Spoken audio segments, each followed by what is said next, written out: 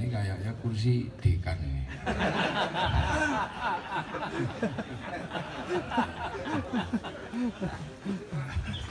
Ngerasakno lungguh kursi dekan. Agak keras. Kurang empuk ya. Tapi tidak sekeras kursi gubernur. Bismillahirrahmanirrahim. Bismillahirrahmanirrahim. Wassalatu wassalamu ala Rasulillah Sayyidina Muhammad ibn Abdillah wa ala alihi wa ashabihi wa azwajihi wa dzurriyyatihi wa ahli baitihi man tabi'ahum bi ihsan ila yaumil qiyamah. Yang saya hormati Bapak Dekan ya. Oh, Bapak Kepala. Dekan ya, masih dekan. Bapak Badrul Zaman. Iya, bener. Oh, belum.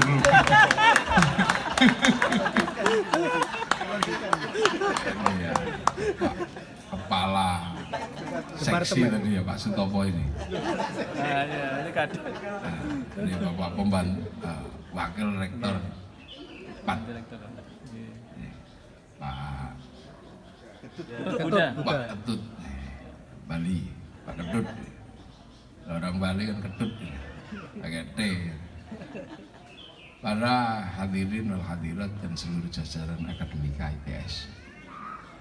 Ini halal bihalal. Catering kalau istilah sekolahan itu catering. Family catering. Halal bihalal, mudhoroso, kumpul bareng. Ini setelah puasa. Sebelum kita berbicara tentang yang lain, tentang bangsa dan negara, saya akan mengingatkan satu hal, bahwa kemarin ini Allah ini memerintahkan kita untuk puasa. Kutiba alaikumus syamu kama kutiba alal ladzina min qablikum la'allakum tattaqun. Diwajibkan padamu berpuasa seperti orang dulu, supaya jadi orang yang bertakwa. Ini ada 3 tema besar. Satu tema yang namanya puasa. Yang kedua adalah seperti orang dulu. Dan yang ketiga agar menjadi orang takwa. Puasa itu apa? Ya nggak makan, nggak minum, dan nggak itu. Jadi nggak makan, nggak minum, dan nggak laki-laki dan perempuan, itulah pokoknya. Apa sih istilah paling gampang? Ya pokoknya nggak itulah. Intinya di situ, menahan hawa nafsu dari yang paling pokok, nggak makan, nggak minum, nggak bermain itu. Nah, kita sebulan bisa menjalankan itu. Nah, yang seperti itu bukan cuman kita hari ini, tapi seperti orang dulu. Orang dulu itu siapa? Ya, manusia pada waktu sebelum kita. Nah, manusia sebelum kita itu kan udah panjang sekali. Dihitung dari teori manusia, ada zaman batu, ada zaman logam, sampai ada istilah zaman Homo sapiens, sampai zaman ini. Nah, itu kalau dalam bahasa agama, seperti orang dulu juga kewajiban puasa. Makanya puasa ini adalah sebuah sistem pembelajaran yang berkelanjutan semenjak manusia itu ada. Maka karena puasa ini diajarkan semenjak orang dulu, maka puasa ini adalah ibadah yang paling terkenal di semua manusia. Semua manusia ini kenal puasa. Gak cuma Islam, karena ini ibadah kuno, ibadah tua. Seluruh agama di dunia ini kenal puasa. Itu bedanya puasa dengan yang lain. Sebut saja dulu ada agama namanya Zoroaster. Zoroaster ini Tuhannya 2. Ada Tuhan terang sama Tuhan gelap. Ahriman sama Ahura Mazda. Ahriman itu penguasa matahari, Ahura Mazda itu penguasa rembulan. nabinya bernama Zarathustra, ajarannya nihilisme. Nek wong Jawa nyebutnya suwung. Itu Tuhan dua ini suka kelahi, suka iseng. Nah kalau Tuhan gelap itu menang, maka gerhana matahari. Kalau Tuhan terang kok, kalau Tuhan terang kok yang menang, gerhana bulan. Nah orang Zoroaster ini puasa, dan puasanya nggak ada hitungannya, bisa 3 tahun, bisa 90 hari. Karena ini ibadah kuno. Majusi yang ada di Persia, sebuah agama yang menyembah api. Yang agama itu punah karena raja terakhirnya masuk Islam, namanya Rustum. Rustum ini masuk Islam, besanan sama Sayyidina Ali bin Abi Thalib, ngambil menantu Sayyidina Husain. Karena Rustum masuk Islam, maka penyembahan api itu berhenti di Persia. Tapi orang Persia kalau menyembah api itu ditaruh di bangunan yang sangat bagus, diukir dan tinggi, namanya Manaro. Maka begitu Persia Majusi berhenti menjadi penyembah api, masuk Islam, Manaronya itu ditaruh depan masjid. Nah akhirnya masjidnya orang Persia punya bangunan tinggi, namanya Manaro. Nah orang seluruh dunia kalau lihat Persia punya masjid ada Manaronya kok bagus, maka semua akhirnya berlomba-lomba bikin Manaro di depan masjid. Sampai Surabaya namanya Menoro. Ini kayaknya ada fakultas teknik urusan Manaro. Jadi jangan kemudian. Nah orang Majusi itu nyembah api, kalau apinya mati puasa gitu. Ini puasa. Nah di Bali misalnya ada agama Hindu. Orang Hindu itu juga mengenal puasa, dan puasanya lebih ekstrim daripada puasanya orang Islam. Sampai nyepi itu puasa api, puasa apa. Nah dulu puasa yang paling terkenal dalam agama Hindu itu namanya Upawasa. Upawasa adalah menghilangkan dunia, udah nggak makan, nggak minum, dan berhenti dari urusan dunia agar mendapatkan jalan menuju moksa. Moksa itu hilang, imaterial, bleb gitu. Ya kan, hilang gitu. Itu melakukan upawasa. Makanya ketika Islam datang kok ketemu orang-orang Jawa yang sudah terbiasa upawasa, nggak makan, nggak minum, nggak menyentuh perempuan, loh kok mirip upawasa ini. Maka Syahrul Siam di Indonesia dikenal dengan istilah puasa karena menggunakan bahasa yang sebelumnya upawasa. Orang Buddha puasa, kalau pengen mendapatkan 8 jalan menuju nirwana ini sempurna, puasa di bawah pohon bodhi, pakai kain selempang, nggak pakai celana dalam, dan tidak ada hitungannya. Yang nggak makan, nggak minum, nggak menyentuh perempuan itu. Nasrani puasa, kalau hari Jumat Agung menjelang Paskah puasa. Orang Yahudi kalau peringatan Yom Kippur puasa. Dan puasa ini menempati sejarah besar umat manusia yang luar biasa.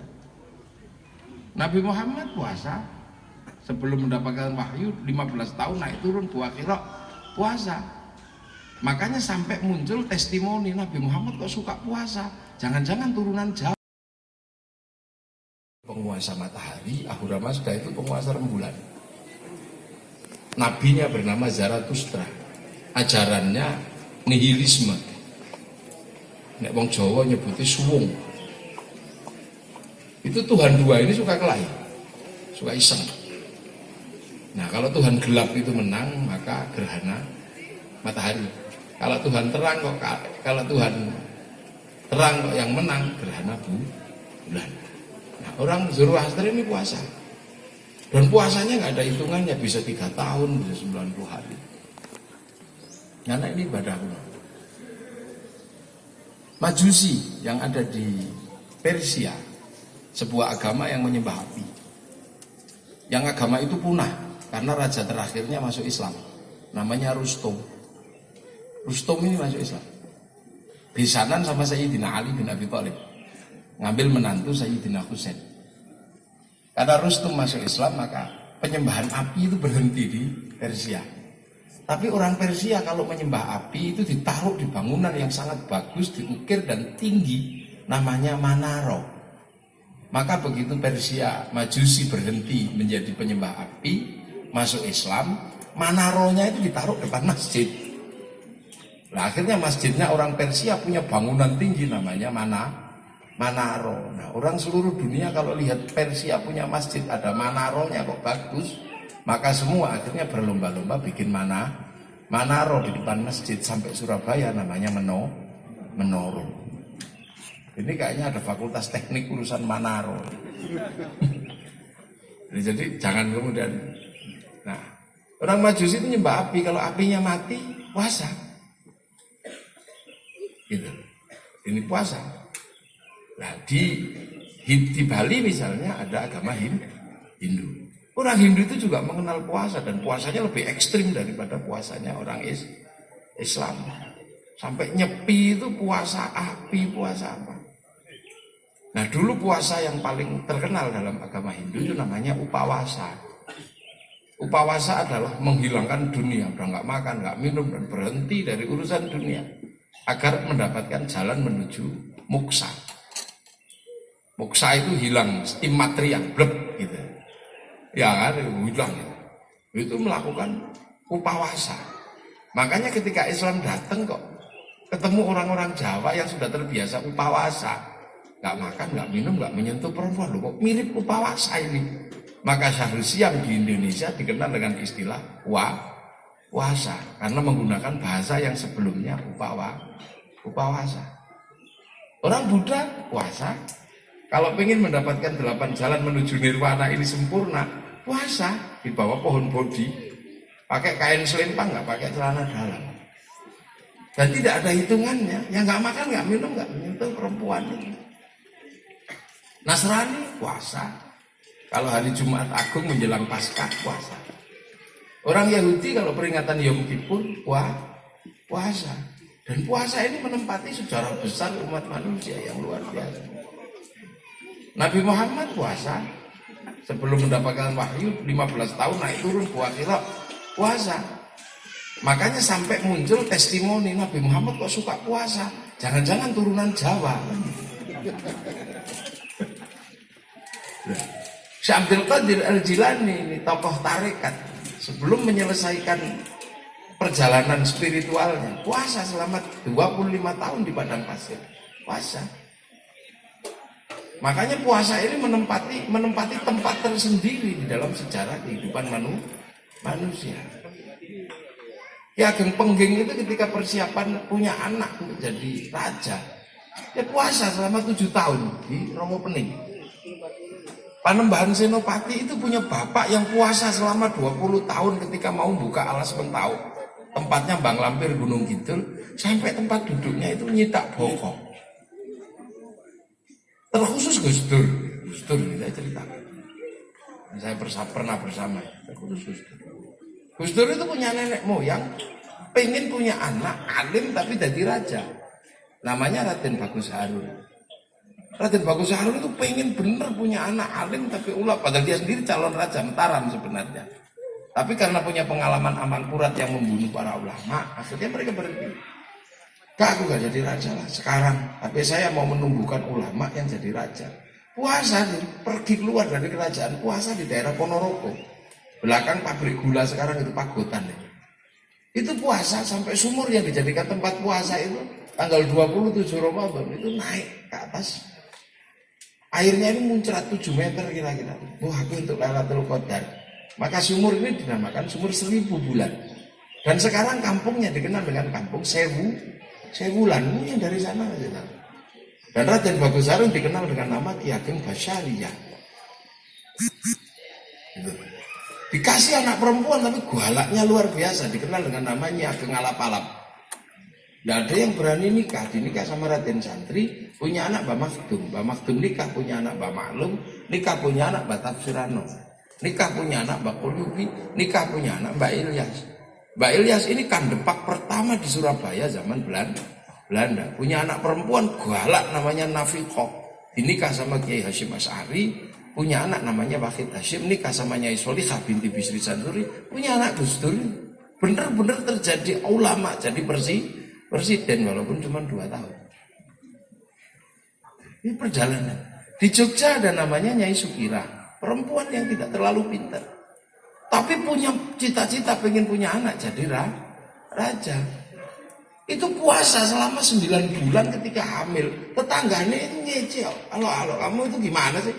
Bukan raja, gak ada turunan raja, kok pengen punya anak jadi raja? Mustahil. Tapi Nyai Sukira tenang aja puasa. Ya Allah. Pengen punya anak jadi raja, ya Allah. 9 bulan itu keluar anak laki-laki, keriting jemblok putih gitu. Kasih nama Soeharto. Ini jadi presiden 32 tahun. Dan itu diakui sama Pak Harto. Loh, makanya orang dulu itu puasa ini punya energi tersendiri. Nggak tahu ITS menelitinya bagaimana. Makanya dulu kalau misalnya bahkan mencintai perempuan kok ditolak. Orang dulu puasa. Masuk masjid baca ya Rahman ya Rahim, I love you.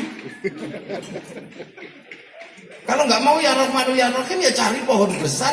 Sunamata kaji aji kujaranku. Ya I love you. Sama aja kalau orang Banyuwangi pasti tahu itu.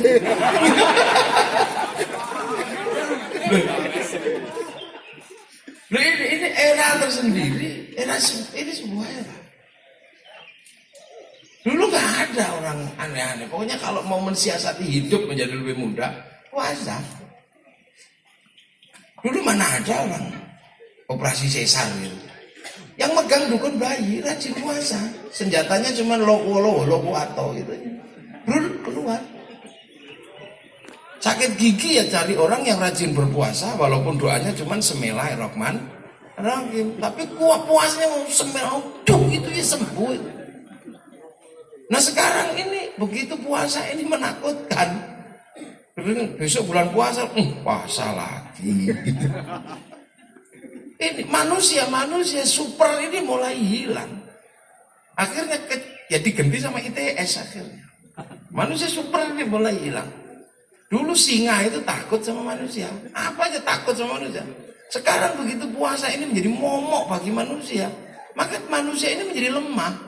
Jangankan singa, sama melinjo aja takut sekarang. Moga melinjo, enggak. Kenapa? Samurat.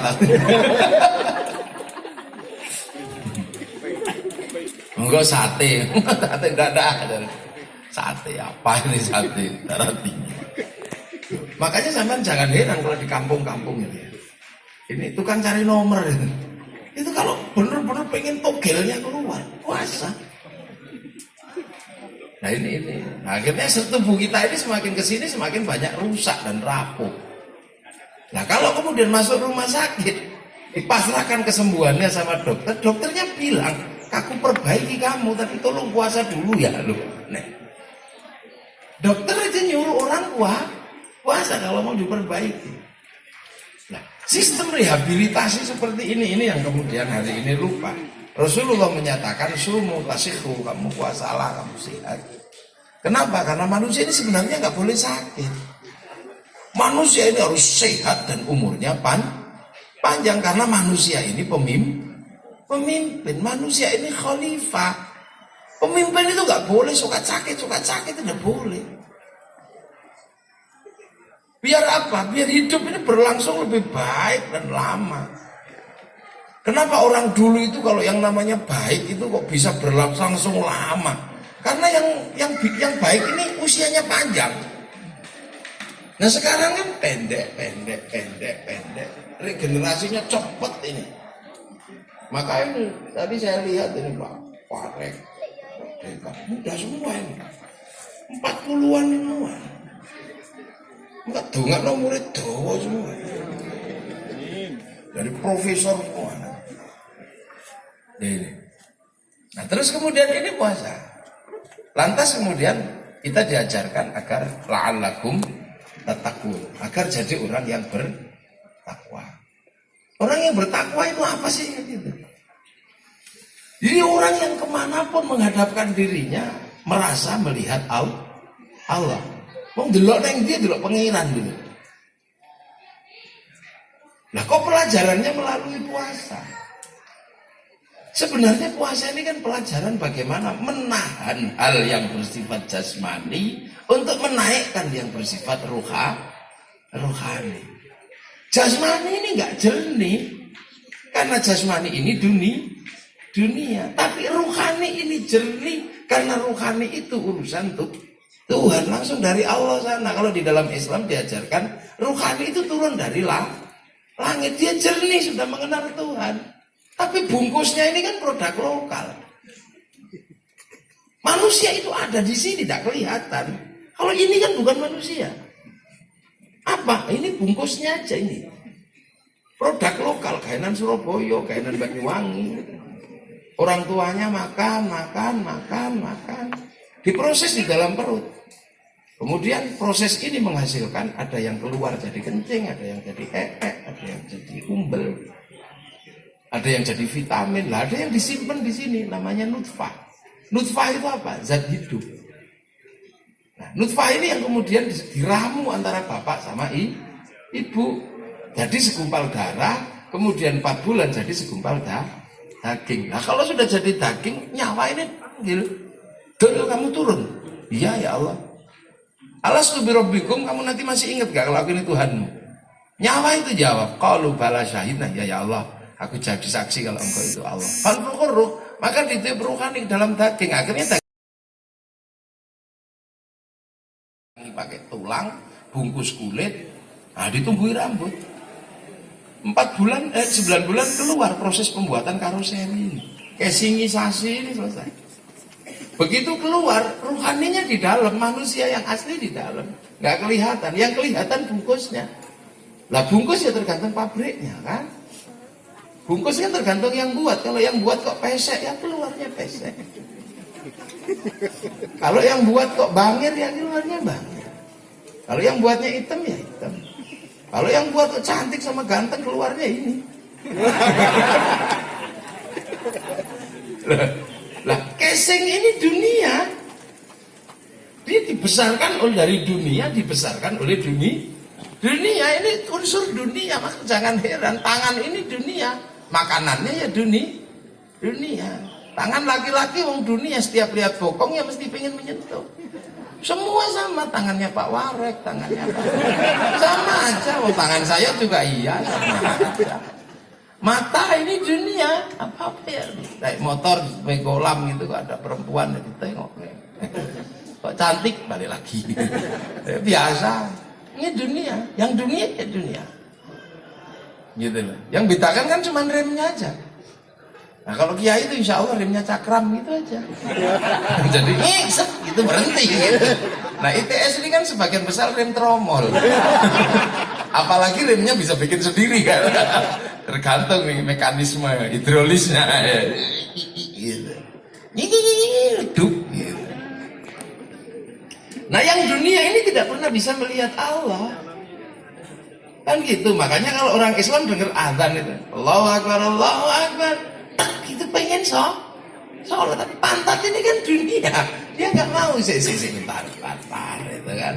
Tapi karena rajin ngaji, berangkatlah ke masjid. Allahu Akbar.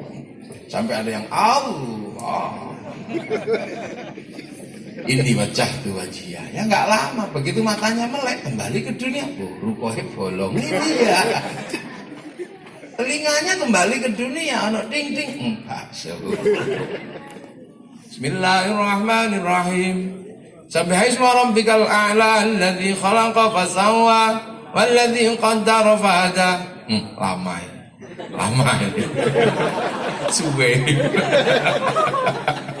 Dan ini dunia. Lah dunia ini ya dunia aja, enggak ada apa-apa. Pokoknya dunia. Nah, yang rohani ini kan pengen, karena dia dibilang nanti kamu pulang kembali, kamu kembali. Innalillahi wa inna ilaihi raji'un. Kamu pulang.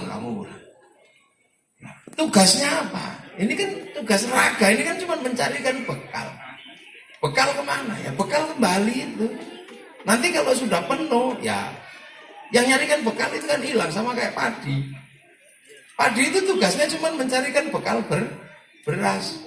Debok itu tugasnya cuma mencarikan bekal pisang. Lah tubuh ini cuma carikan bekal nyawa, cuma itu aja. Makanya sama kalau padi ini berasnya udah mulai tua, padinya menguning. Pisang juga kalau udah mulai tua, pohon pisangnya menguning. Menguning kita kan juga sama, kalau udah mulai menua rambutnya memutih untune terus sama aja. Nanti dilepas panen. Pak padi dipanen sama Pak Tani. Pisang Pak Tani. Nah, manusia ini dipanen sama Tuhan lewat malaikat itu gitu. Padi ya, pohon padinya hilang. Beras pisang ya deboknya itu hilang. Lah manusia raganya ya hilang.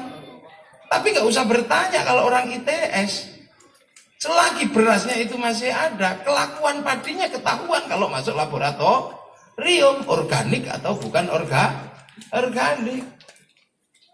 Pisang itu nggak usah nanya, ini dulu hidupnya di mana, masukin aja laboratorium pisangnya, pasti ketahuan kerjaan pohonnya dulu apa. Manusia juga sama, nggak usah nanya tubuhnya sudah hancur, kalau nyawanya masuk laboratoriumnya Allah, ya ketahuan itu unsurnya apa saja.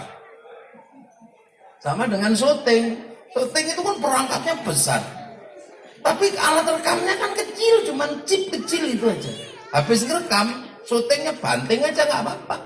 Selagi chipnya masih ada, masuk rekaman tuh keluar semua rekamannya. Nah kita juga sama loh, makanya. Nah alat rekam inilah yang disuruh baik. Nah alat rekamnya ini nggak kenal Allah wong dunia, maka nafsunya disuruh menurunkan. Sudahlah kamu. Loh makanya orang kalau nafsu dunianya ini diturunkan, rekamannya baik semua, wong nafsunya turun. Nah itu maka pelajaran puasa ini menurunkan nafsu dasar, basic instingnya manusia. Ketika basic instingnya manusia ini nafsunya turun, kemanapun akan merasa melihat Allah. Itu lihat istri gemuk gitu. Karena nafsunya sudah turun, lihat istri gemuk, subhanallah. Tapi kalau nafsunya masih tinggi, lihat istri gemuk, Syahrini. Ingatnya Syahrini. Telinga kalau nafsunya sudah turun, dengar suara suami ngorok, keluarnya alhamdulillah. Jadi rekamannya alhamdulillah, subhanallah. Tapi kalau nafsunya masih tinggi gitu, dengar suami ngorok, radio rusak ini. Akhirnya yang terekam radio rusak. Loh kan gitu. Orang kalau nafsunya udah masih tinggi, sendalnya hilang, dos gitu. Kambing ini sendal hilang. Akhirnya yang kerekam itu kambing. Kalau orang sudah nafsunya udah turun, udah kendor, alhamdulillah, masya Allah, sendalku hilang, siapa ya yang ngambil? Yang masuk ini Allah. Makanya orang kalau nafsunya sudah kendor, lihat ayam naik masjid, alhamdulillah ada ayam naik masjid, insya Allah. Duh, alhamdulillah. Ya kiai paling seneng kalau ada ayam naik masjid, apalagi kalau jerot gitu, alhamdulillah santriku bisa praktek toharoh, membersihkan telek dari atas masjid. Lah kalau nggak ada ayam bawa telek, apa kiai boleh mempraktekkan membersihkan telek? Wong kiai itu hukumnya dosa bawa telek ke atas masjid. Nah akhirnya yang direkam Allah. Nah kalau melihat semuanya ini nafsunya sudah rukun, yang diriman Allah, rekamannya Allah semua. Nah itulah maka la'allakum tattaqun. Maka orang kalau nafsunya sudah kendor ini, Tuhan semua yang direkam. Begitu besok masuk laboratoriumnya Allah loh, ada petik, masya Allah. Suami gendut, masya subhanallah. Alhamdulillah rekamannya Allah. Nanti begitu masuk laboratorium, nggak perlu bertanya kerjaan tangan, kena panas, masya Allah. Iya Allah. Tapi nafsunya tinggi, panas, kampret. Ya kan ini yang terekam kampret, cuma itu aja. Makanya orang kalau sudah kerekamnya Allah semua. Nah ini kuncinya. Makanya kita ini dikasih pembelajaran puasa agar jadi orang bertakwa. Tapi titel takwa atau kemudian kalau di sini gelar takwa itu tidak diberikan kepada orang puasa. Gelarnya diberikan di mana? Di sebuah ayat yang berbeda. Jadi kamu jadi orang bertakwa ini dikasih di mana? Ya ayyuhan nas inna khalaqnakum min dzakarin wa untha wa ja'alnakum syu'uban wa qabaila lita'arafu inna akramakum indallahi atqakum. kalian menjadi benar-benar orang bertakwa kalau kamu mampu memahami perbedaan laki-laki dan perempuan, perbedaan bangsa dan suku, dan kamu saling mengerti, maka inilah sebaik-baik di antara kalian adalah orang yang bertakwa. Makanya kalau orang ini nafsunya sudah turun, bisa terima. Terima apa? Allah bikin segala macam, bisa terima. Bikin manusia berbeda, ya terima. Wong itu juga bagian dari pekerjaan Allah. Bikin laki-laki dan perempuan, ya terima. Kemudian orang kalau mampu menghargai laki-laki dan perempuan, ini bisa terima betul. Perempuan dibikin nggak sempurna, laki-laki dibikin sempurna. Ini Allah yang bikin. Kalau perempuan kan memang nggak sempurna. Alis perempuan itu nggak sempurna, makanya bisa disempurnakan pakai alis. Pakai ini, laki-laki alisnya sudah sempurna, maka kalau disempurnakan tambah jelek. Bibir wanita itu nggak sempurna, maka menjadi sempurna kalau dikasih bengis. Punya laki-laki udah sempurna, coba dikasih bengis, tambah jelek. Perempuan itu kan nggak sempurna, maka diapain saja kan bagus. Ditutup ya bagus, kasih bunga jembul-jembul ya bagus. Pakai celana panjang bagus, pakai celana pendek bagus, bahkan nggak dipakai apa tambah bagus. Ini perempuan. Kalau laki-laki udah sempurna ya sudah ya begini, ini sudah kejadiannya. Nah itu harus dipahami. Allah bikin perempuan cerewetnya luar biasa. Kalau manusia paham, kehidupan menjadi tentram. Nah, dari pemahaman laki-laki dan perempuan ini menjadi pemahaman perbedaan yang lahir dari laki-laki dan perempuan. Lahirlah bangsa dan suku. Nah, bangsa dan suku ini menjadi perbedaan yang sangat ekstrim. Ekstrimnya luar biasa perbedaan bangsa dan suku ini. Kenapa ekstrim? Nah, gimana gak ekstrim? Yang di Arab sana putih, mancung, cantik. Yang di Eropa tinggi besar, rambutnya merah. Yang di Cina tembem-tembem, sipit-sipit matanya, gini-gini. Yang di Afrika tiba-tiba berubah jadi hitam gosong kayak kopi goreng. Nah,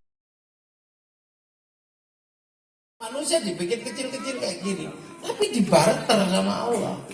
Dibarter dengan apa? Dengan alam yang terbaik di muka bumi, namanya Indonesia. Apapun boleh dimiliki lah oleh orang di luar Indonesia, terserah lah. Tapi ada satu yang tidak dimiliki oleh mereka, hanya milik Indonesia. Apa? Matahari yang tidak pernah ingkar janji, pagi terbit, sore terbenam. Itu hanya milik Indonesia. Dan itu menghasilkan kehidupan yang murah dan mudah. Apapun tumbuh di sini. Loh, maka jangan heran kalau kemudian bangsa ini menjadi bangsa yang tenang, bangsa yang bisa berpikir jernih, cukup memahami perbedaan aja. Nah, akhir-akhir ini kan orang jarang mengerti ini. Maunya kan semuanya seragam. Yang yang modern nggak pede kalau nggak Eropa. Ya, semua pokoknya harus Eropa. Sampai rambut harus Eropa. Akhirnya rambutnya dicat merah. Akhirnya jadi LKMD, Lonto Komendas. Sama ini kan. Yang beragama nggak pede kalau tidak sesuai sumbernya. Yang Islam nggak pede kalau tidak Arab. Padahal dulu ulama-ulama kita ketika tahu bahwa ini adalah sebuah bangsa, tenang aja kok ulama-ulama dulu awal. Kan bangsa, tenang aja ulama dulu. Ngerti ini perbedaan, ini Indonesia. Ya kan, ini Islam datang ke sini, ya orang tahu di sini bangsa yang sudah maju, bangsa yang beradab. Kenapa? Karena ini tempat yang paling indah. Jadi apapun yang ada di sini, ini nggak ada yang kecil, jadi besar semua. Jadi Islam datang itu ketika ke sini waktu awal-awal sudah ketemu bangsa yang sudah jalan, sudah beradab. Makanya ulama-ulama yang datang ngerti perbedaan bangsa, makanya nggak ribet. Di sini sebelum Islam datang bangsanya besar, Singasari itu menguasai 2/3 dunia. Bekasnya masih ada di Korea Selatan. Di provinsi namanya Kimhae. Provinsi Kimhae itu ternyata yang bangun apa? Istilah wong sini danyang itu. Yang buba alas itu ternyata bukan orang Korea Selatan. Kenapa? Yang buba alas itu namanya Surowareng. Masa ada orang Korea Selatan namanya Surowareng? Namanya kan Yong-il, Yong-un, Kim apa siapa? Ini Surowareng. Tidak mungkin orang Korea Selatan. Masa orang Korea Selatan namanya Surowareng? Zaman Singosari mampu menaklukkan Mongolia. Nah ini yang kemudian teknik perkapalan ini yang juga harus mesti menggali itu. Kertanegara berani berhadapan dengan Mongolia penakluk dunia karena Kertanegara punya kapal induk yang sanggup mengangkut 2.500 tentara, 1.500 kuda. Sementara kapal induknya Mongolia sanggup mengangkut 1.500 tentara, 500 kuda. Kita 20 kali lipat. Apakah sesederhana? Karena dulu waktu itu kayu jatinya besar-besar. Saya pikir kok nggak sesederhana itu. Karena apa? Karena terakhir ini ketika Gunung Ararat ini diyakini sebagai kapal melingkar itu diteliti. Itu DNA-nya kayu jati Jawa 100%. Nah kalau nanti kemudian diyakini bahwa 100% itu kapalnya Nabi Nuh, ya tinggal Nabi Nuh itu dari Jawa. Tapi itu belum. Nah, kita ini punya teknologi besar. Sekarang teknologi dunia ini sedang galau karena minyak ini akan habis, maka beralih ke nuklir. Tapi nuklir ini menjadi masalah ketika reaktor tidak terjamin. Nah, ternyata Nusantara punya teknologi nuklir yang ramah lingkungan. Dan itu kecil bentuknya. Ada nuklir aktif tanpa reaktor. Namanya tumbak baru lindek. Itu biar gawe kepiye kan itu teknologi sini. Jadi itu nuklir aktif. Itu dulu pusakanya Majapahit. Kalau diginikan mati semua yang di depan situ. Makanya dia nggak boleh tidur, dia berdiri begini. Ini banyak sekali karena kita ini bangsa yang sudah besar dari dulu. Cuman Belanda ini kan iseng, catatan-catatannya dibawa ke sana. Belanda negeri kelas 2, jadi catatannya nggak bisa dibaca sama orang Belanda. Waktu Gus Dur jadi presiden, orang sana neliti, orang Cina teliti, kok ini ada orang sampai stroke 3 kali kok tidak mati ini. Ini apa? Bukan siapa, tapi apa? Ya karena Gus Dur sudah tidak mikir apa-apa. Gus Dur nggak punya marah, nggak punya apa. Ya stroke 3 kali juga nggak mati. Nah orang-orang yang meneliti ini saya ajak keliling Jawa semakin heran.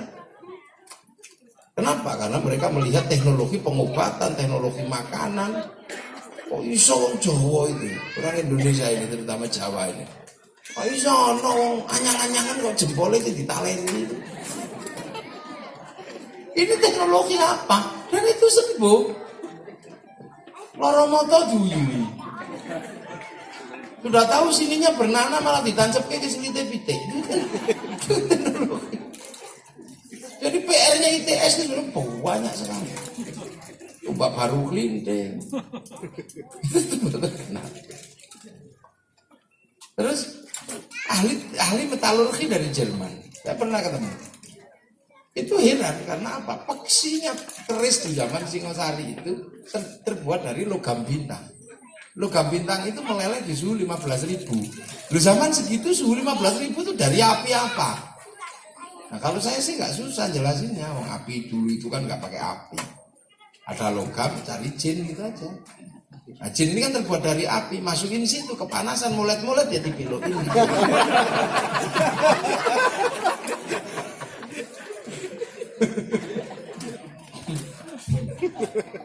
Nah ini.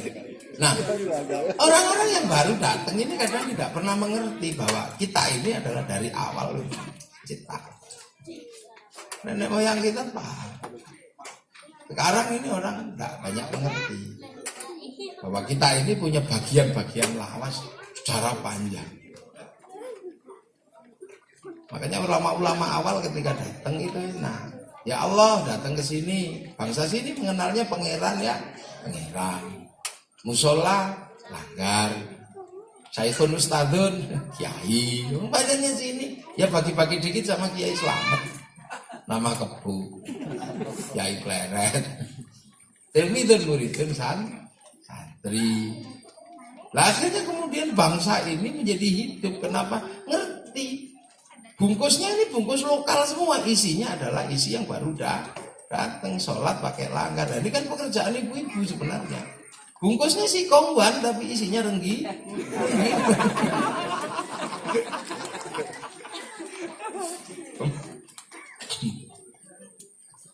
Sekarang misalnya kayak di Surabaya, bangsa ini punya, diajarkan Islam malah ya khudhu ala tu'amil miskin. Jangan kamu hadang-hadangi orang miskin.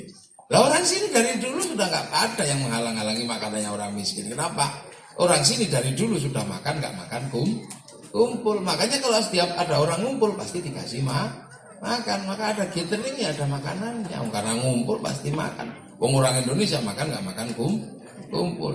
Tetangganya apa? Syukuran makan. Anak lahir makan. Anak kawin makan.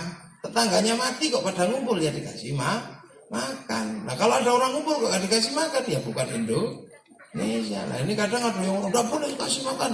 Ada orang mati haram kasih makan. Loh ini orang Indonesia. Kalau ngumpul mesti dikasih makan. Jangan sampai ada orang ngumpul kok gak dikasih makan. Sama kayak kemarin kasus teroris. Orang jaga gereja. Ini tidak boleh haram. Gak ada tuntunannya. Nah di ITS juga banyak kelompok-kelompok yang haram musyrik. Loh ya apa toh? Kita orang Indonesia, kita itu saling jaga dari dulu. Islam datang dengan lakum dinukum waliyadin, dengan agamamu, agamaku. Supaya rukun. Lah kerukunan antar umat beragama itu pasti berawal dari perang. Lah perang antar umat beragama sebelum di mana-mana. Itu di sini sudah. Di Jawa ini sudah perang antar agama terbesar itu di sini sebelum Islam datang. Oleh siapa? Hindu sama Buddha. Bangsa Sanjaya sama bangsa Sailendra. Satu bangsa Sanjaya ini Buddha. Apa Hindu Shiva.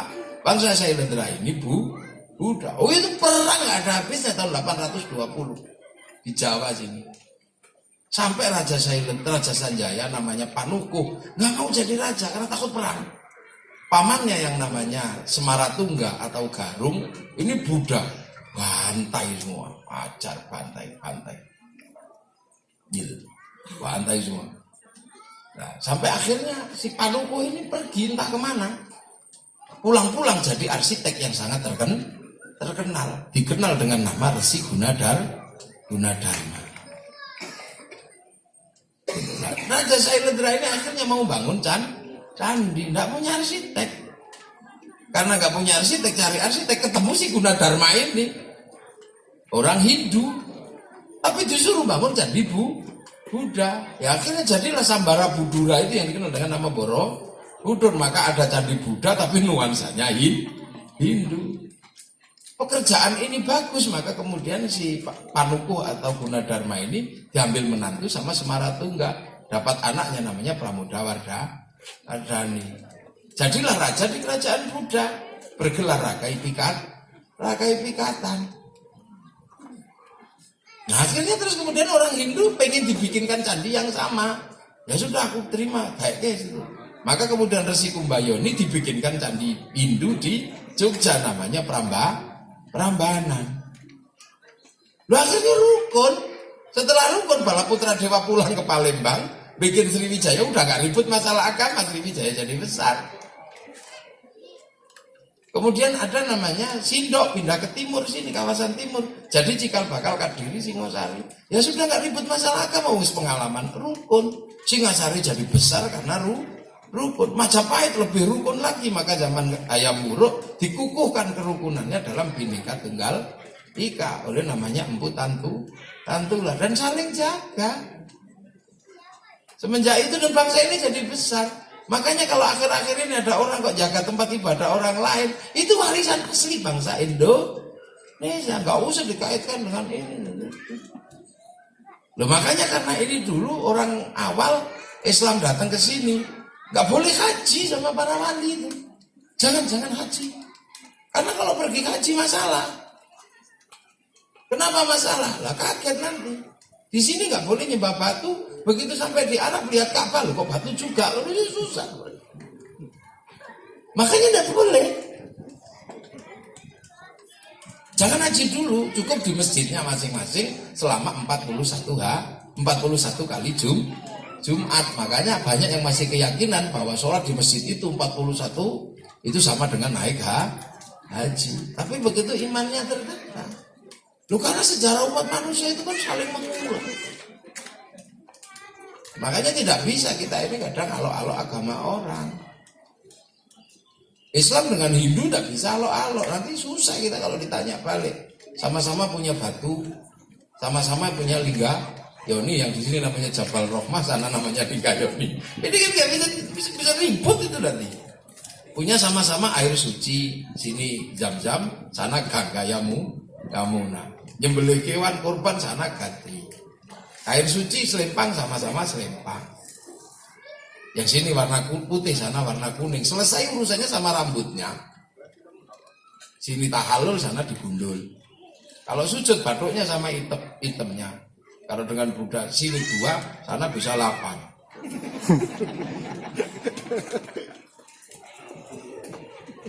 Nah ini orang-orang yang nafsunya gede nggak bisa melihat perbedaan-perbedaan seperti ini. Mau. Padahal ini kerjaan Tuhan semua. Ini kerjaan Allah. Kalau kamu dengan Islam, ya Islammu yang benar. Kalau kamu dengan Buddha, urusan nanti di akhirat seperti apa ya punya Tuhan masing-masing. Nah paling nanti Tuhan-Tuhan itu kan suka kelayan, itu berbunyi siapa yang menang terakhir. Loh, ini ternyata hanya ini orang-orang kalau ini. Makanya orang-orang kalau nafsunya udah kendor, udah enggak. Kayak sekarang misalnya kita ini jadi bangsa. Yang ini urusan ini ya.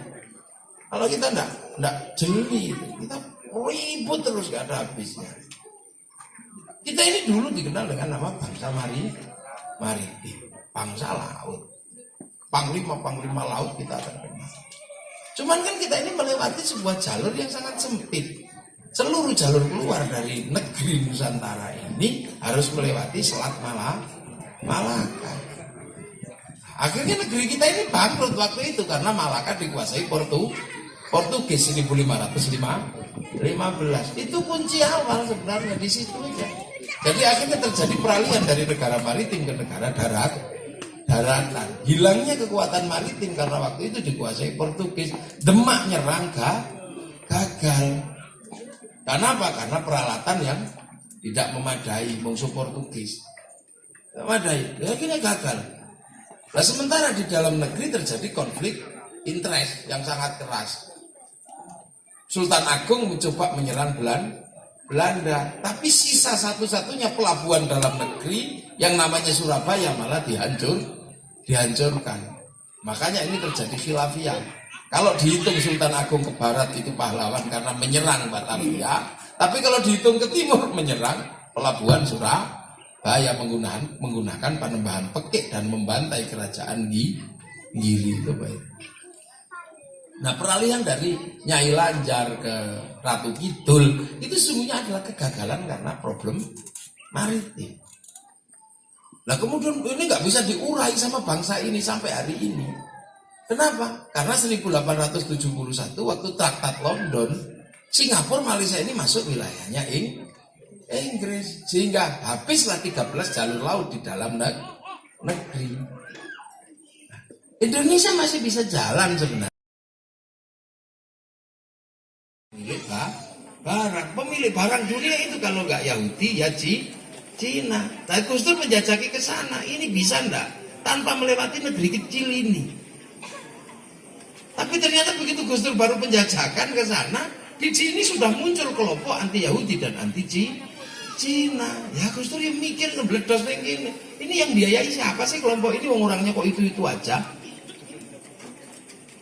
Ya kan orangnya itu aja. Yang sekarang orang yang teriak-teriak ketika dolar naik, apa-apa naik. Ini kita ributnya luar biasa. Negara gagal. Tapi kita lupa bahwa ada Singapura sama Malaysia di situ. Yang oleh Greenwich diperbolehkan menggunakan jam lebih awal daripada jam Jakarta jam 8, sana jam 9. Sehingga bursanya bisa buka lebih awal 1 jam, itu Singapura dan Malaysia. Iya, sana buka 1 jam lebih awal daripada bursa Jakarta. Makanya saham yang baik-baik habis di Singapura dan Malaysia. Masuk sini tinggal saham yang jelek-jelek. Ibarat ibu-ibu pergi ke pasar kawanan. Dapat apa lo ini kan kita udah pikir sampai di situ. Pikirnya negara ada problem yang cukup serius kita ini.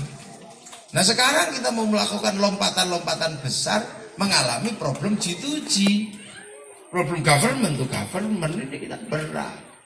Maka tidak mudah. Nah mensikapi persoalan-persoalan besar ini tidak mudah. Sementara kaum muslimin karena gagal di peran-peran besar, akhirnya mundur. Gagal dalam teknologi, gagal dalam apa sebagaimana dulu, akhirnya menjadi punya apa? Kesenangan baru sekarang. Mundur kembali bahas celana cingkrang, bahas jenggot, dan kok seneng itu.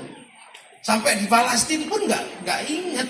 Yang sana sudah perang biologi, yang sini malah kembali minum kencing unta. Ini kan kemunduran yang luar biasa. Nah ini maka ITS ini untuk berbicara bangsa, ini tugasnya memang berat, tidak main-main. Kita dulu ini bangsa yang paling maju dalam urusan logam. Ukurannya sederhana. Arab itu punya alat musik terbuat dari kayu dan kulit kambing terbuat dari kayu, mudah bikinnya. Eropa punya alat musik namanya gitar terbuat dari kayu dan tali. Nusantara punya alat musik namanya gamelan terbuat dari logam. Hanya bangsa yang menguasai ilmu pertambangan yang maju dan penguasaan metalurgi yang mapan mampu membuat alat musik dari logam.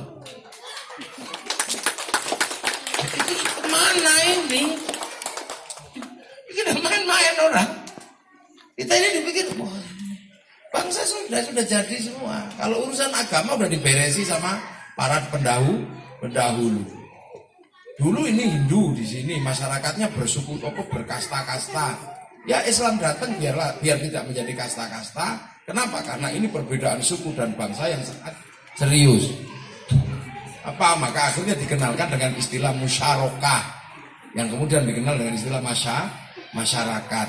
Hilangnya sekat antar suku, antar bangsa, semuanya sama, saling bertanggung jawab, dikenalkan dengan istilah musyarakah. Itu bahasa Arab. Masyarakat, yang sekarang dari masyarakat. Agar hamba raja ini tidak menjadi masalah, maka kemudian orang Indonesia dinaikkan grade-nya, disebut ra'iyah. Seperti Rasulullah menyatakan kullukum ra'in wa kullukum mas'ulun an ra'iyati. Kalian adalah ra'iyah yang saling bertanggung jawab. Ra'iyah diserap ke bahasa Indonesia menjadi rakyat. Satu-satunya bangsa Islam di dunia yang sanggup mengambil kalimat ra'iyah menjadi rakyat hanya ulama Indonesia. Nggak ada. Duduk bareng-bareng kayak gini. Ini disebut majelis. Kenapa? Biar semua mendapat barokah dari Allah, maka disebut majelis. Tafassahu fil majalis fafsahu yafsahil. Lah ini majelis, tempat duduknya biar jembar, nanti gak bikin ribut. Sebut kursi, wasi'a kursiyus sama samawat. Nah, akhirnya kemudian biar ini rukun, kalau ngomong-ngomong sesuatu, omong-omong disebut musyawarah wasyawirhum fil amri. Akhirnya dari Sabang sampai Merauke disebutlah wilayah, karena ini adalah daerahnya para wali. Al-wali meninggalkan wilayah. Nah baru kemudian jadi bangsa kita ini. Di proses sosial seperti ini baru jadi bangsa. Berbeda-beda tetapi tetap satu jua. Ini sesungguhnya adalah memahami perbedaan dasar dari Allah. Arab itu satu bangsa dipikul puluhan negara. Eropa itu cuma berapa bangsa dipikul ratusan negara. Kita ini puluhan bangsa dipikul satu negara, Kesatuan Republik Indonesia. Ini beratnya luar biasa. Itu kan gitulah. Tiba-tiba ada orang-orang datang ini, pendatang baru ini nggak ngerti masalah. Kita ini berbeda-beda bangsa jadi satu, tiba-tiba datang bawa khilafah. Loh khilafah itu diuji coba di Filistin itu nggak jalan, diuji coba di Malaysia nggak jalan. Di Yordan nggak jalan, nah diuji coba di sini, ini keprok sama ITS. Ingat kamu katanya, itu sudah betul. Ikhwanul Muslimin diuji coba di Mesir aja runtuh, ya di sini ya nggak akan jalan. Taliban di sana bawah sini, ya nggak akan jalan. Digilas, musik rock di sini nggak jalan. Cuma bertahan sampai 20 tahun. Setelah itu sudah jadi rock dude. Nggak bisa ini bangsa. Dibadok sama bangsa ini. Musik keroncong dari Portugis. Luar biasa. Nggak jalan. Belum 20 tahun berubah jadi campur sari. Lah ya, McD dicoba di sini menjadi makanan yang paling favorit. Kalau anak ulang tahun nggak McD merasa jadi orang tua yang gagal. Sekarang tiba-tiba berubah jadi pawon desa, gudeg pawon dari Jogja. Kembali ke sini. Coba sekarang mana ada itu hidangan itu yang Eropa. Pada itu Eropa. Isine gule. Balik lagi ke sini. Kembali ke sini semua. Lah kadang kan ini orang lupa bahwa bangsa ini punya daya telan yang luar biasa. Nah ini pelajari. Nah kita ini usil banget sekarang ini. Makanya akhirnya orang kayak Malaysia itu sadar, udah deh. Kalau urusan agama bangsa harus turut campur. Karena kalau agama bangsa tidak turut campur, bangsanya yang hancur. Ibarat makanan ini kalau mejanya hancur ya makanannya kocar kacir. Akhirnya Malaysia ya keras juga akhirnya. Salafi sikat, Hizbut Tahrir sikat, khutbah aja di Malaysia dari negara itu, jadi nunggu jam 11 baru tagnya datang baru khutbah. Nah di sini kan pelan-pelan mulai ditata penceramah diatur. Sayyidina Ali aja dulu ngatur di Basrah. Zaman Syekh Hasan Basri diatur. Nah sekarang diatur marah, dikit marah menghina ulama. Ulama yang mana yang dihinakan? Yang lain juga biasa aja. Ulamamu itu yang usil. Nah, maka di Malaysia gitu. Dan akhirnya Malaysia menjadi sebuah negara yang kembali ke basic. Sadar betul. Akhirnya udah deh masa depan Malaysia serahkan kembali kepada si Upin dan si Ipin gitu aja. Dapin udah kamu serahin deh sama cikgu ini. Sama guru-guru sama dosen-dosen kamu kembali. Mereka harus ngerti deh si Upin dan si Ipin bahwa bangsa Malaysia gak lepas dari ras besar namanya ras India. Ya sudah biar mereka kenal, bikinkan tokoh namanya Jarjit. Biar kenal dengan ras besar namanya Cina agar tidak ribut, bikinkan tokoh namanya Meme. Nah, biar dia tahu ada ras besar namanya Indonesia, bikinkan tokoh Susan. Ini kan cara Malaysia mengembali. Dulu si Unyil, Aci, si Unyil. Laskar Pelangi apa dikembalikan. Amerika nggak boleh malu, gagal di Vietnam, bikinkan film Rambo 1 sampai 5. Amerika sadar sebagai negara urban nggak punya spiritual, karena spiritual mereka dari Spanyol, dari Inggris dan dari Afrika, nggak independen. Agama aja mereka kemudian Amerika ini punya sistem agama baru. Yang dari Spanyol nggak bisa terima kalau nggak Santo Sebastiano, yang dari Afrika nggak terima kalau nggak Bunda Maria. Akhirnya mereka membuat model agama baru, oplosan, namanya Teologia the Liberation. Yang nulis namanya si Gustavo Gutierrez, seorang pendeta. Nah, mereka nggak bisa spiritual. Nah, Cina ini mulai bangkit, spiritualnya kelihatan. Agar Amerika nggak malu nanti ketika ngambil Cina, anak-anak dari kecil kenal kan sudah American Shaolin, American Kungfu. Padahal nggak ada Shaolin di Amerika.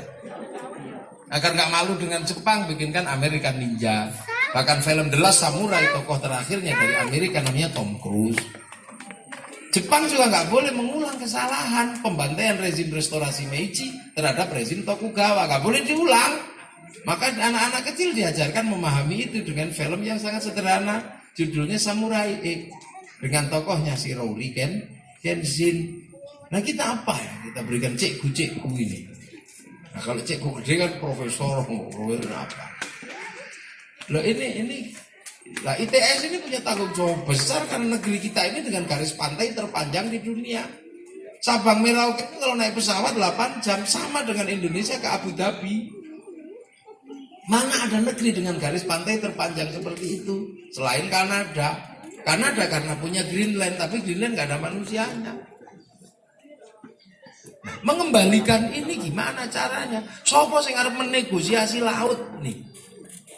Ini butuh kekuatan besar. Kalau negosiasi laut urusan dengan Singapura, langkah ini nggak selesai, ya kelautan kita yang nggak akan bisa jalan. Akhirnya nekat kayak Thailand buat terusan kerang. Kita kira 2025 akan tembus, tapi mereka juga akan galau nanti ketika ujung terusan kerang sudah diisi teroris namanya Abu Sayyaf. Mereka juga pusing itu. Sama dengan di Panama, terujungnya tiba-tiba adalah bajak laut Somalia. Pusing semuanya nanti. Nah yang punya itu, makanya kan ini sedang berjalan. Nah dunia sedang bergeser sekarang. Gitu. Pergeseran dari kelompok United Kingdom, United States ke kelompok yang namanya Shanghai Corporation. Urusan perminyakan dunia udah mulai bergeser. Nah bangsa ini mau bergeser kemana? Tinggalkan gitu. Karena dengan Amerika kita juga nggak bisa terus tiba-tiba putus hubungan, karena uang kita adalah dari Amerika. Kita keras dikit sama Amerika, dibom di Singapura, Malaysia lewat bursa sana, naik udah duit kita udah naik 20.000 gitu. Dengan Cina keras dikit, ya jarum tidak dikirim ke sini, mate kita, konveksi habis. Dengan Jepang keras dikit, tutup pentil nggak kirim ke sini, gajah tunggal mati. Kita kan belum. Makanya kadang saya ini orang di sini iseng, hati-hati dengan Yahudi, jangan bekerja sama dengan Yahudi, tidak boleh bersentuhan dengan Yahudi. Itu biasanya lucu saya dengernya. Ternyata urusan apa? Ya urusan sholat ya emang nggak ketemu. Tapi kalau urusan haji, orang Indonesia pasti ketemu Yahudi. Karena apa? Naik pesawat. Nah Pak Habibie suruh bikin pesawat nggak jadi-jadi. Namanya tetuko, sing teko ra tuku-tuku, sing tuku ra teko-teko. Urusan perbankan loh ini sebuah bangsa ini kalau tidak dimengerti repot. Bank haram. Nah nek bank haram lu mau kaji dosa kabeh. Karena seluruh uang manasik haji masuknya ke bank. Sama dengan orang kadang iseng rokok haram. Rokok haram. Iki piye? Kamu kalau nggak suka rokok ya nggak usah ngerokok, gitu aja. Kenapa? Karena rokok ini menjadi sebuah kekuatan dalam negeri. Rokok ini menyebabkan orang Indonesia nggak mudah stres karena bisa ngisep nikotin secara langsung. Karena pada dasarnya tembakau adalah obat jantung dan paru. Cuma nek dirokok terus ya kobong gitu. Iya, lah farmasi dunia menghadapi tantangan terbesar, tidak bisa membuat obat stres masuk ke Indonesia karena orang Indonesia bisa ngisep nikotin secara langsung. Bagaimana obat stres ini bisa masuk? Ya dua orang, yang satu disuruh mengharamkan, yang satu disuruh cari tekek. Yang mengharamkan sudah berhasil, yang cari tekek sudah berhasil. Kenapa tekek dan rokok? Ya tekek itu kan binatang yang anti nikotin. Kalau kamu coba aja rokok, tekek, kamu kasih rokok lah, ini jatuh. Sel intinya akan dicari, jadikan serum, injeksi ke anak Indonesia. Kena injeksi itu anti tembakau. Akhirnya begitu tidak mengisap tembakau, ya obat stres bisa masuk. Loh ini yang bicara ke saya diskusi dengan salah satu menteri. Maka ketika saya belani rokok, dipikir saya perokok, padahal saya juga bukan perokok. Akhirnya sama menteri saya diperbolehkan menggunakan program untuk apa? Kesehatan di pesantren. Tak salurkan gini karena saya nggak ngerokok. Tapi ketika disuruh mengharamkan, saya nggak berani. Kenapa? Karena haram itu urusan agama. Sementara negara kita butuh 74 triliun dari APBN.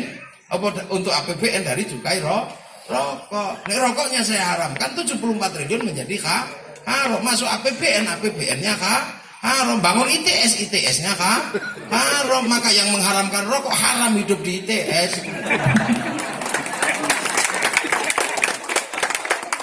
Ini urusan halal haram itu harus hati-hati. Makanya kalau nggak suka rokok ya nggak suka aja, tapi nggak usah pakai haram. Makanya ikut kiai aja. Kenapa sampean kok nggak ngerokok? Kalau ngerokok pusing, makruh. Kenapa kamu ngerokok? Kalau nggak ngerokok malah pusing, wajib. Loh, ini hukum agama, jangan dimain-mainin. Itu. Loh, kiai yang nggak berani seluruh hubungan dengan Yahudi haram. Ya nggak bisa. Ngaji gini aja ada Danon di depan saya kok. Ada anggur dari Amerika, ada mic dari Jepang, ada peci dari Cina bahannya, ada baju yang dijahit oleh orang Cina loh, ada speaker, ada organ dari Jepang. Itu loh, kita ini kan belum nggak bisa, mau hidup di dunia kok. Makanya urusan sholatlah di masjid, tapi urusan yang lain nggak bisa pisah dengan yang lain. Sendal saya ini nggak tahu ini produksinya siapa. Mereknya Bukhari, Buceri. Iya, ini aja saya nggak ikut beli. Ini saya nggak beli sendal saya ini. Saya nggak tahu ada tamu bawain sendal. Pertama WA-an, sering kan saya itu kan nggak ada yang beli. Saya kalau mau hidup saya ini kan dibelikan orang semua. Ini peci tiba-tiba ada yang bikinkan dari Sampurnan Gresik nomor 11. Nggak beli sendal ada yang belikan. Sampai handphone itu, saya itu nggak beli, dibelikan. Sampai ada handphone belum keluar, saya sudah dapat. Iya Samsung tiba-tiba bawain, ya ini ada produk terbaru. Dipikirnya kalau saya pakai program, pakai handphonenya, terus jadi laris. Padahal ya nggak juga. Saya nggak pernah pakai handphone. Saya kan jarang sekali pakai handphone, makanya Pak Batu Zaman pusing kalau saya kok gak dibales-bales gitu ya. Karena saya jarang pegang handphone. Kalau sehari 500 telepon tak terima semua, pusing kepala saya. 2 jam udah berapa? SMS per hari rata-rata 1.200. Ramadan kemarin itu ucapan selamat hari raya itu udah 6 juta berapa gitu. Kamu stres handphone saya itu. Loh ya, lah itu saya nggak bisa, handphone nggak ngerti. Ini aja nggak ngerti ini. Dia belanjanya pakai apa? Ini pakai ATM atau pakai apa? Itu udah duitnya dari mana juga saya nggak ngerti. Ini nggak pakai ya wis tanggung ini Bismillah semoga-moga. Nggak ngerti. Mobil gitu ya pengen tak belikan mobil dah. Saya nggak perlu ngaji, yang penting mobil saya ngaji. Lu nggak lagi biasa. Orang kalau hidup sudah kayak saya udah nggak pusing sudah. Orang lain yang pusing. Loh makanya kalau ini orang sudah nggak bisa lagi, jangan gini, jangan ini, nggak bisa. ITS ini semuanya di Indonesia, laboratoriumnya dari mana coba? Dari Jerman, dari Amerika, tiba-tiba Amerika haram ya, laboratorium haram. Makanya orang Indonesia ini ada kelompok-kelompok yang tidak bisa maju. Kenapa? Dosa dipelihara. Pancasila haram, padahal hidup di sini setiap hari pergi belanja pakai duit Indo. Nih setiap duit Indonesia ada stempelnya Pancasila. Lah ya orang ini cari dosa turunan kan udah sekali. Kalau ngomong sih enak, itu makanya. Loh itu semua orang kalau masih tidak bisa melihat bahwa ini kehendak Allah susah. Nafsu kalau masih tinggi ya pengennya ini. Dalam segala hal. Ini semua dalam segala, makanya kalau sudah orang ini bisa terima semua seperti ini enak gitu ya. Ini maka takwa itu jadi jalan keluar. Orang sudah nggak pusing lagi mikir begitu, maka takwa jadi jalan keluar yang indah. Mayyatakillah yaj'al lahu makhraja wa yarzuqhu min haitsu la yahtasib. Takwa ini menjadi jalan keluar karena orang udah nggak ribut lagi. Perbedaan diterima. Lah kalau sudah seperti itu bangsa bangkit. Kenapa? Lau anna ahlal qura amanu wattaqau la fatahna. Kalau kalian bertakwa tak buka pintu langit. Lah kita ini nggak bisa. Filistin ribut tiba-tiba. Yahya Stakuf menegosiasi Filistin agar nggak keras sama menegosiasi Israel agar nggak keras sama Filistin diolok-olok. Nggak boleh. Ini pemerintah Palestina marah karena ada yang negosiasi dengan. Padahal sekarang ternyata Palestina terima kasih kepada Gus Yahya telah bernegosiasi dengan Israel sehingga kemudian Masjidil Aqsa dibuka kembali aksesnya kepada seluruh umat manusia. Lu ini sorono sing seneng paling agen travel. Dia orang ini kadang ini kenapa sih? Ya emang kalau Filistin ribut, kenapa kita ikut ribut? Udah biarin aja deh.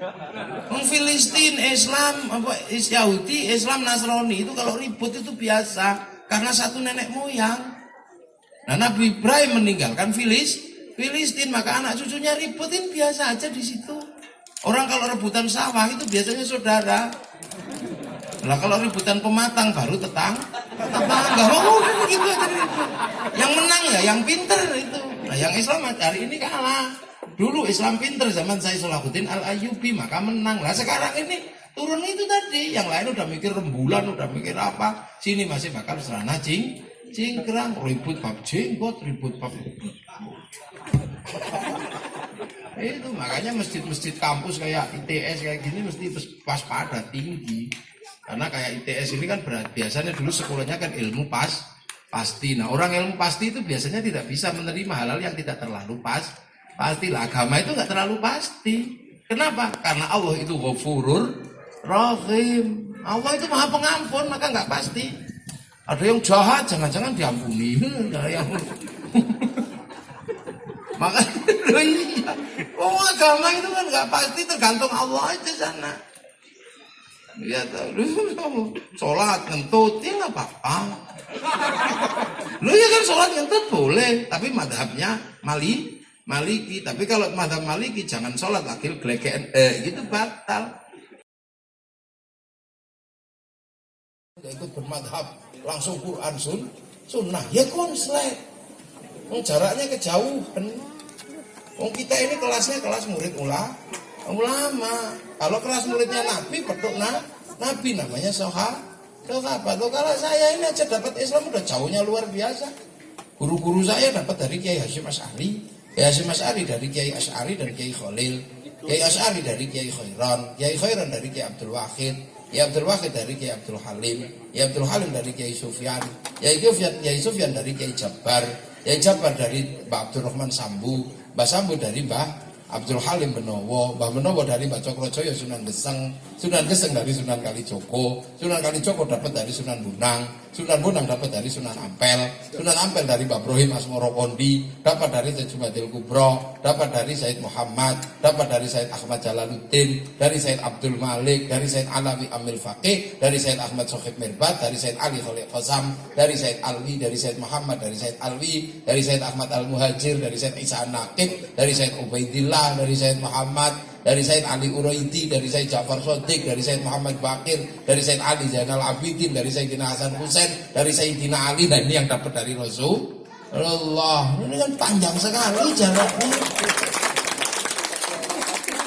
Zikir ya beda. Kalau zikirnya sahabat, Insya Allah, ini cuma diem aja. Mau ketemu Rasulullah, masuk wifi-nya Rasulullah ya sama-sama online, mau mlebu wifi. Nah kalau di generasi ini zikir kok diem, ya tidur.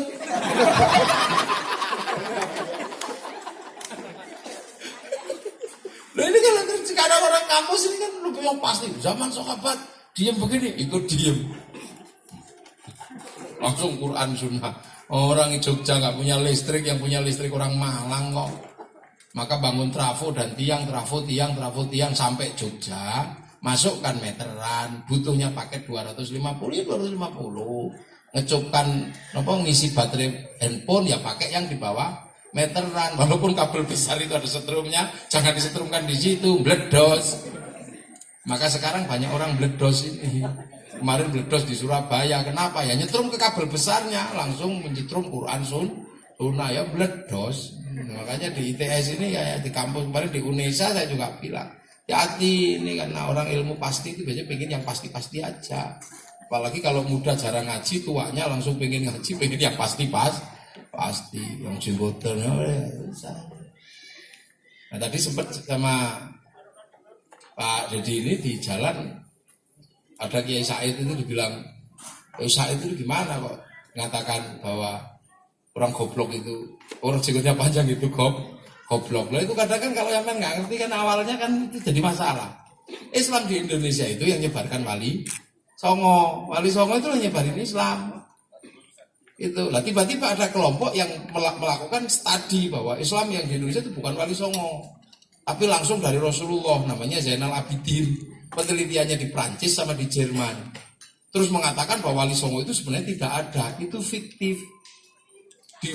Penelitian ini diteruskan sama Zainal Abidin, teruskan sama Badrus Salam, Wali Songo tidak ada. Akhirnya semua mengatakan kelompok ini Wali Songo tidak ada karena mau menyingkirkan peran Wali Songo.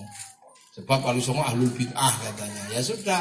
Lah Kiai Said melihat kayak gitu kan ketawa. Ternyata yang ngolok-olok semua Wali Songo gak ada itu jenggotnya panjang. Lah akhirnya Kiai Said langsung bunyi. Lah itu orang memang kalau jenggotnya panjang itu goblok. Lah yang diolok-olok goblok yang kemarin bilang Wali Songo gak ada itu marah. Kiai Said itu yang goblok. Wali Songo itu semuanya berjenggot loh. Kok penerus Wali Songo malah mengatakan orang berjenggot itu goblok loh. Katamu kemarin nggak ada, lah kok sekarang jadi ada. Lah sebenarnya setelah itu udah selesai ya, udah selesai. Ini itu beragama yang indah.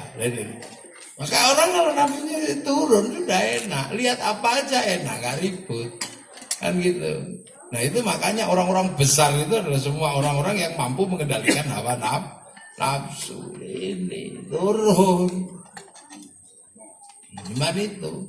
Jadi makanya puasa ini adalah pembelajaran.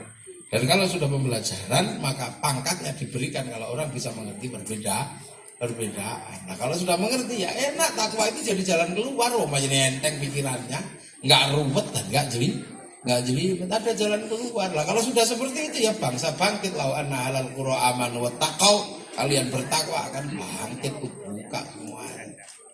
Ya inilah maka dengan harapan ini ya kita semua mudah-mudahan masuk dalam kategori orang yang bertakwa dalam pengertian mampu melihat semua ini adalah sudah sesuai kehendak Allah. Amma ba'du. Nah, mukaddimah ngaji selesai. Loh ini baru pembukaan. Lah ya ini baru amma ba'du. Loh kalau kita ngaji kan mesti ada amma ba'du lah. Dari tadi itu kan saya belum amma ba'du lah, baru kan amma ba'du. Nah, ini udahlah kita Allah yang berkehendak. Kehendak ini semoga semua yang kita lakukan siang hari ini mendapat ridho dari Allah Subhanahu wa taala. Bismillahirrahmanirrahim. Hamdan na'imin hamdan syakirin hamdan yuwafi ni'amaka wa mazidah. Ya Rabbana lakal hamdu kama yanbaghi li jalali wajhikal karim wa 'ala subhan. Allahumma aftah 'alaina futuhal 'arifin bi hikmatika wa ansur 'alaina rahmatak. Walakinna nasina hadzal jalali wal ikram. Allahumma ij'alna awladan wa dhurriyyatina talamatan 'alal 'amalil khair. Badal qur'an qiyaman din.